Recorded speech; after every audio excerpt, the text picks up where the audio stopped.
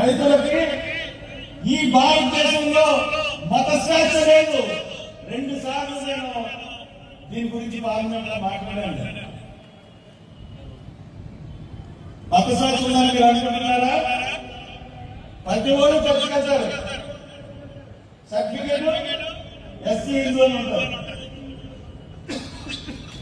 అలా బయట పెట్టి పబ్బం జరుపుకుంటా ఉన్నారు.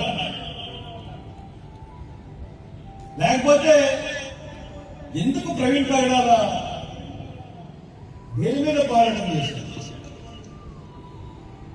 కన్వర్షన్స్ ఆఫ్ ఈ మధ్య ప్రతి ఈ బీజేపీ వచ్చిన తర్వాత ఆర్ఎస్ఎస్ ప్రభావం ఎక్కువైంది. ప్రతి రాష్ట్రంలో కూడా మత మార్పిడి నిరోధక బిల్లు అంటే మతం మార్చుకోవడాన్ని నిరోధిస్తుంది. ఎవడు ఇంకో మతంలోకి వెళ్ళడానికి వెళ్ళలేదు. మత మార్పిడి నిరోధక బిల్లుని ప్రతి బీజేపీ యొక్క పాలించే రాష్ట్రాల్లో ప్రవేశపెడితే ఆ బిల్లు మీద ఎవరో ఆయన పిల్లేస్తే దాంట్లోకి ప్రవీణ్ పగడాల ప్రతి వాళ్ళు కూడా క్రైస్తవ బిషప్ చేశారు, కేరళ బిషప్ చేశారు, పెద్ద పెద్ద వాళ్ళందరూ వేశారు బిల్లు మీద. కానీ నాయకులు సుప్రీంకోర్టులో బిషప్ల తరఫున వీళ్ళందరి తరఫున వాదించిన వాళ్ళు ఎవరు తెలుసా? కపిల్ సిబాల్, నానా పాల్కి వాళ్ళ లేదా మోదర్, పెద్ద పెద్దోళ్ళు. అంటే గంటకి 50 లక్షలు తీసుకునే లాయర్లు పెట్టుకున్నారు అప్పుడు బిషప్. వాళ్ళు డబ్బు కదా పైన నుండి సహాయం పెట్టారు. సరే సేవలకు పెట్టారు. అంటే వాళ్ళు ఏం మాట్లాడతారు,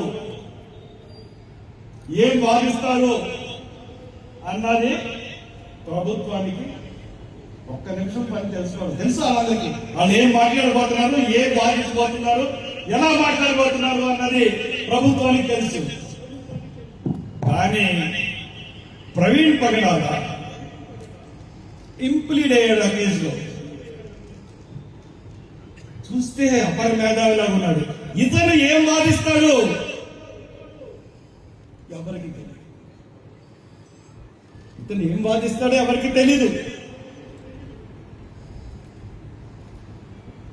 కాబట్టి ఈ వాదించి తెలుసుకోవాలి, ఇతని పాయింట్లు ఏంటో తెలుసుకోవాలి అన్నది ఒక కోణం. అందుకనే ఐప్యాడ్లో ల్యాప్టాప్ పట్టుకెళ్తాడు, ఈయనేం ప్రిపేర్ చేసుకున్నాడో అని.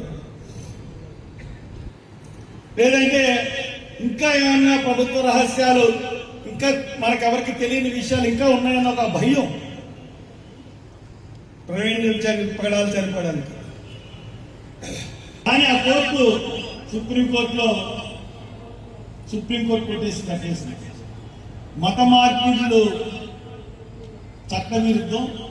ఎవరైనా సరే రాజ్యాంగ ప్రకారం ఎవరన్నా ఈ భారతదేశ పౌరుడు ఏ మతంలో కల్లే స్వేచ్ఛ వాళ్ళకు ఉంటుందని చెప్పి భారతదేశ అత్యున్నత న్యాయస్థానం సుప్రీంకోర్టు చెప్పిన తర్వాత మొన్న మళ్ళీ ఛత్తీస్గఢ్ లో మత మార్పిడి నిరోధక బిల్లు చట్టం అసెంబ్లీలో ప్రవేశపెట్టారు. వాళ్ళు వినరు.